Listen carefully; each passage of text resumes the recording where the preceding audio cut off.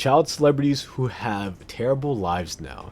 The only reason I clicked this video was because yes, the thumbnail it had the girl from Lazy Town, and I was like, I gotta see what happened to her, bro.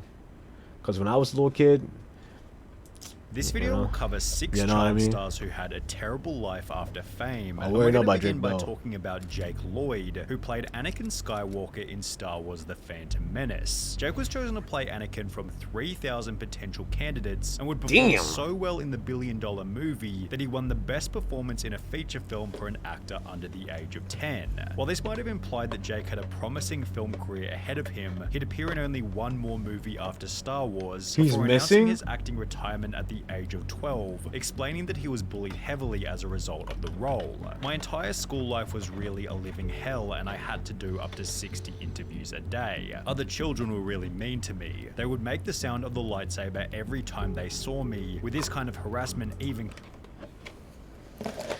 Jake, bro, come on, bro, come on. That's not bullying. Let's be for real. Them going zoom, zoom, zoom, zoom. Come on, bro. You're making millions. Millions. Come on. Or how much? I didn't say how much he's making. Maybe it's not millions, but he's making a lot of money, I'm sure. They try asking. I'm sorry. This is what you imagine, Griff. Zoom. Zoom, zoom. Like what? Continuing into Jake's high school and college experience. You know how they can be in high school. They're so charming and intelligent. College has been similar. They wouldn't let it go. In other interviews, Jake had been warned about the common path taken by child celebrities. Child stars have had a bit of a reputation. You were tied at 12 is crazy, you know, life of drugs, so may the force be with you. Oh, well, thank you. Yet this advice seemed to have no impact, as his life began to go downhill beginning in 2015. Jake Lloyd has schizophrenia, stopped taking his medication, and attacked his mother. Indianapolis police were called to the home of Lloyd's mother, Lisa. She said the 26-year-old showed up and yelled at her, saying she ruined his life. Lloyd allegedly knocked her down when she wouldn't let him in the house and stomped her 3 or 4 times, causing bruises and abrasions. He was gone by the time the police showed up, and she didn't press charges.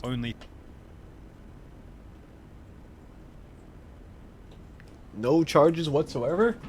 Like at all?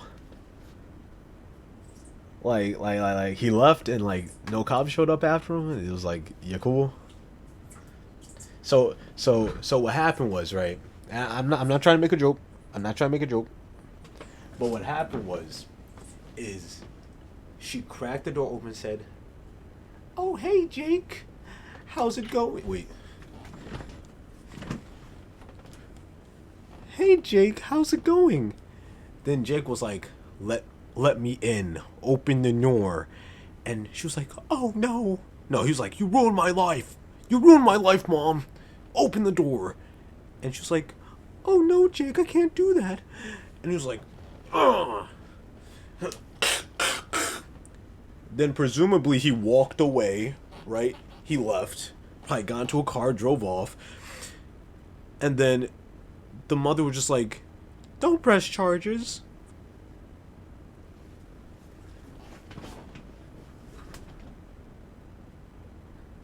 We gotta, white privilege per usual. I don't think that's white privilege. I think that's just, I don't know, bro.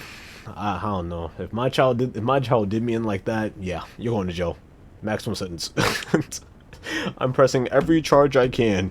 If you bust down my door and curb stomp me in my own house, I'm gonna pull out my lightsaber. Zoom, zoom, zoom. It's sad. It is sad. Like, that's tough that, that's tough that he hitting on his own mama. That's wild. No, Griff, I'm not making a bit. I'm just, I'm relaying what he just said, bro. Because, like, when he said it, it just went in as words. But then once I visualized what happened, then it really set in what just happened. You know what I mean? Because, like, in my mind's like, okay, he just said you ruined his life. And then, like, you opened the door. Like, he probably, like, pushed her. And then left, and she didn't press charges. But then when I really thought about what he said, and I materialized it into the plane, I started seeing, like, you know what I mean? I started seeing what was going on. I see how wild that was. She didn't press charges. It wasn't a bit, bro. It was not a bit. Jake Lloyd found himself in a high-speed police chase, after which he'd be arrested for reckless driving, driving without a license, and resisting arrest, resulting in 10 months jail time in a psychiatric facility. 2 years after this, Jake's 26-year-old sister Madison died unexpectedly in her sleep, prompting the mother to release a statement regarding Jake's well-being. Jake has been diagnosed with paranoid schizophrenia, but unfortunately he also has a symptom called anosognosia, which causes a lack of insight into his illness. This only adds to the struggle he faces, which has been very difficult after the tragic loss of his younger sister Madison. He has moved closer to his family, and we are all working hard to help him with this. He is still a kind and caring person, and we hope to have him back to his fun and entertaining self as soon as possible. Jake will continue to make progress with the love and support you continue to show. What's good, Jay? Welcome to chat. Which is promising when compared to the life. Bro, maybe I was wrong. Maybe she knew not to press him. Maybe she knew, like, you know, this just wasn't him. I'm not his mama. I don't know him. I see him in one scene. I did not pay attention to Star Wars like that. So maybe she was like, I see the good in him, and she was right. Of Edward Furlong. I'm just saying, that's not something I would do. John Connor in the Terminator 2, Furlong began to mess with drugs, stating, "Hollywood effed me up, man. Lots of money and lots of free coke will turn anybody into a cokehead, with this addiction resulting in his..." Free coke won't turn you into a cokehead. The acceptance of free coke will. Let me cook. Okay, that was... Don't mind me. Could you react to my friend's music? Maybe at the end of this. We got a lot to react to today. It was the dark side.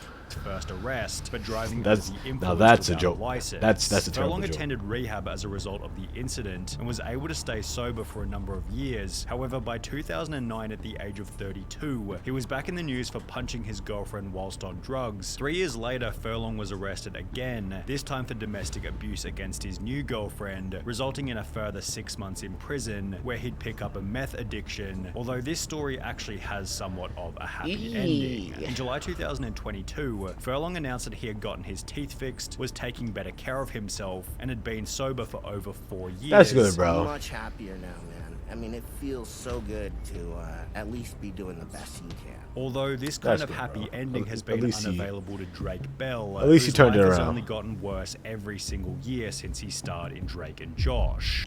I think I watched like a 6-hour documentary on like Drake Bell and like Josh Peck, like Drake and Josh, like behind the scenes and all that.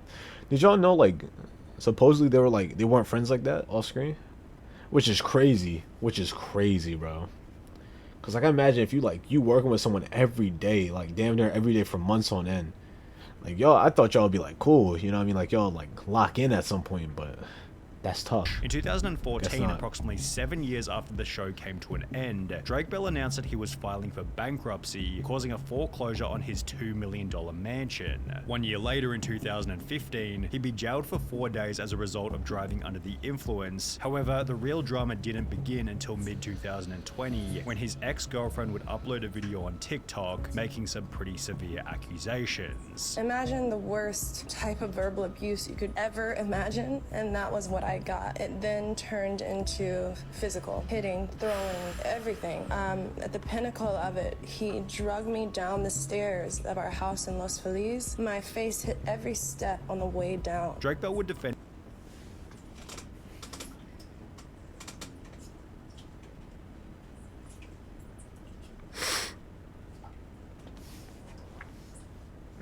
the Nick Star curse? Yeah, that's really bad. And also, like, being a director, because you got, like, Dan Schneider. I heard, like, the dude that made The Loud House, or, like, or whatever he done in Loud House, he has some, like, stuff coming out about him.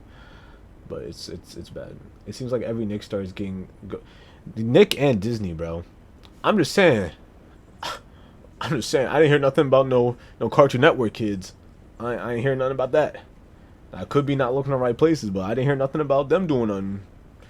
Just saying who's on top, you know? CNN never did me wrong. By stating, "I never abused my ex-girlfriend or did so many of the other things Melissa falsely claimed on her TikTok video. Unfortunately, we both called each other terrible names, as often happens when couples are breaking up, but that is it. Although this response most certainly didn't put an end to the drama, as there was even bigger trouble just around the corner." An article titled "Drake Bell's Alleged Victim Accuses Him of Grooming" explained that he was embroiled in a legal battle for engaging in a relationship with a 15-year-old girl back in 2017. I'm gonna be real. like, I never heard the term grooming, but the moment I heard it, I just could never stop hearing about it since.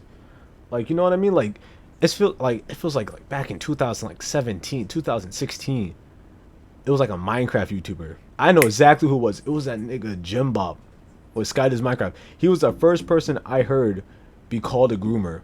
And after that, on that timeline, after I heard about him, it seems like I just can never stop hearing about people being a groomer. Like, damn.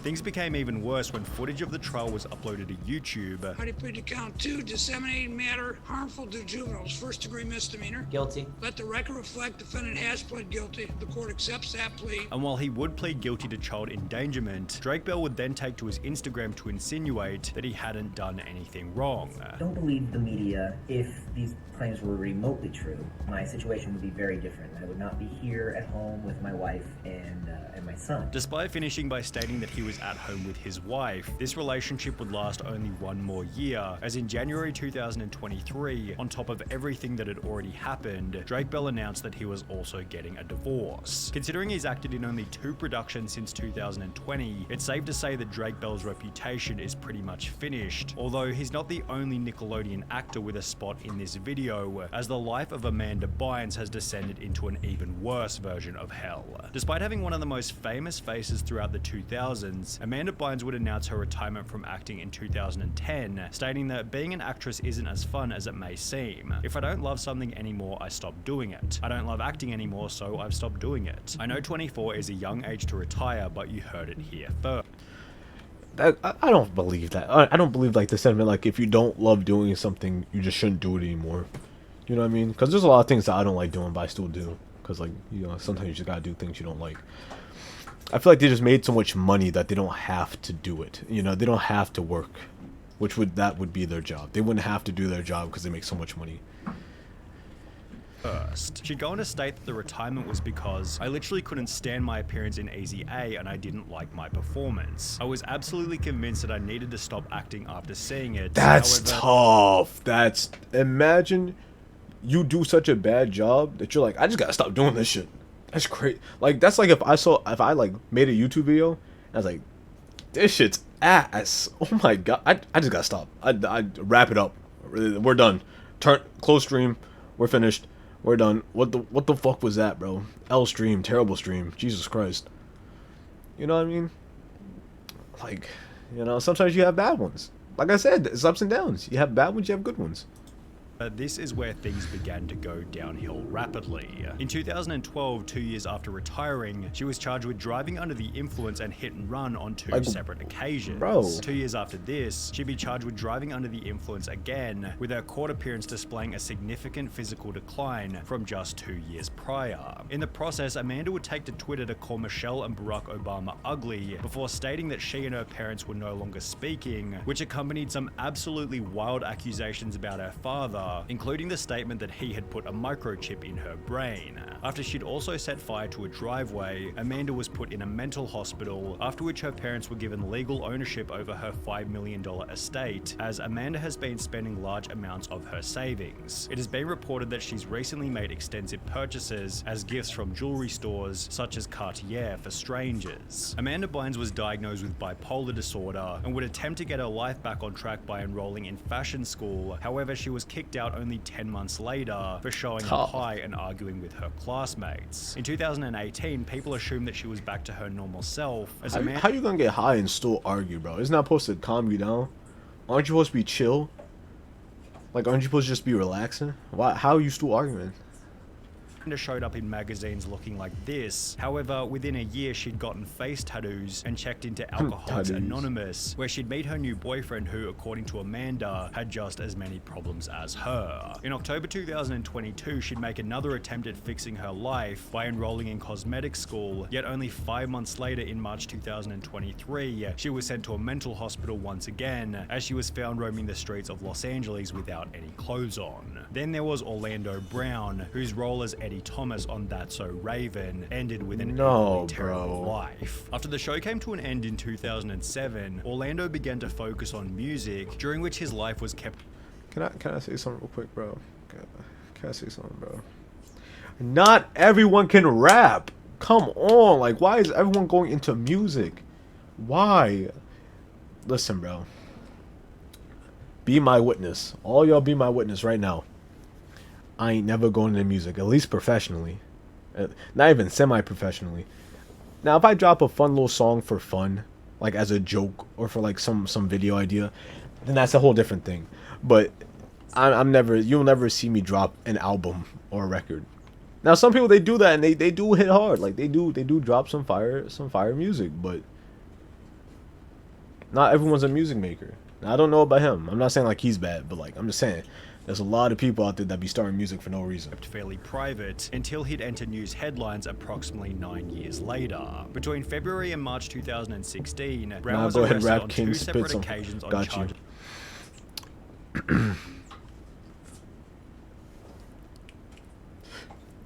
of domestic violence, obstruction of justice, drug possession with the intent to sell, and possession of contraband in jail. In February 2016, I thought about claimed it, he and I struck was his like, then girlfriend in the this parking is lot of all a police being recorded, station and was found by officers to be in possession of methamphetamine. Orlando was given a notice to appear in court, yet he'd instead flee to Las Vegas, where he was caught by bounty hunters. You left California.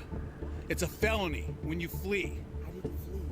What are you doing here then, brother? You got a warrant for your arrest. After which things only... I had this conversation with Wack. Saying brother like that, a little charged with something. You know what I mean? Now you can say brother, but then we say brother.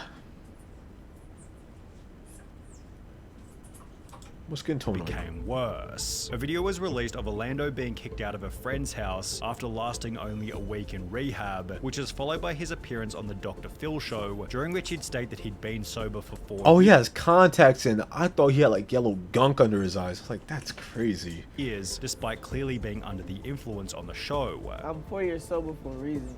I just now got out of rehab. I just now got out of ER. I'm not doing no more time away from my kids other than I need to. As a result of this episode, Orlando would return to rehab and get clean before discussing his experience on the No Jumper podcast. I had a 2-year binge of something that I should have never, ever indulged in.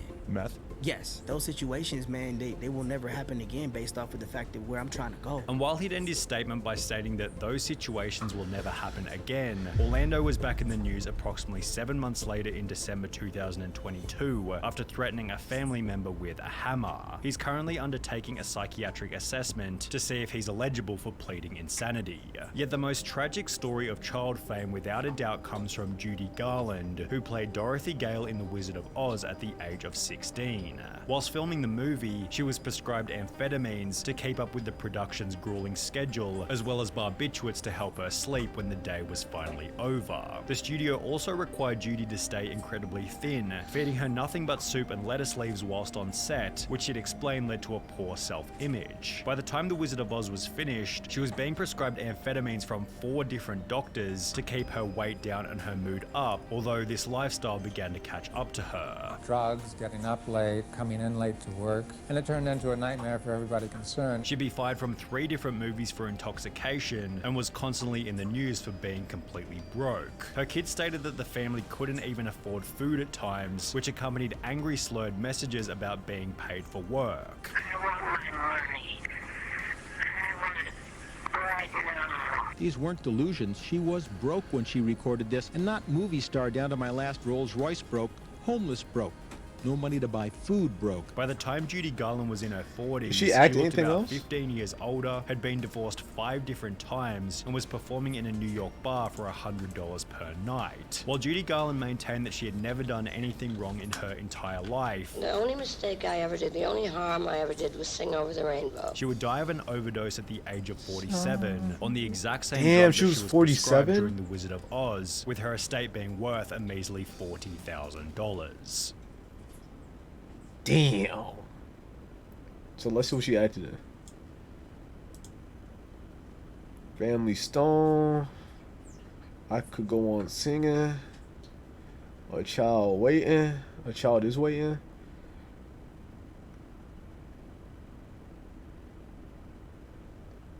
Judgment at Nuremberg. A Star Is Born. Summer Stock. Is there more? Damn. What do you mean to have money? What were you doing? Wait, where's the Wizard of Oz? Because I think that's... You acted in something as late as 2005, gang? Where's your money at? Say it out loud. The name is Gabe Paris. You see, I failed French 3 times, so I didn't want to mess it up, you know what I mean? Didn't want to risk my chance of messing up, you know, that French.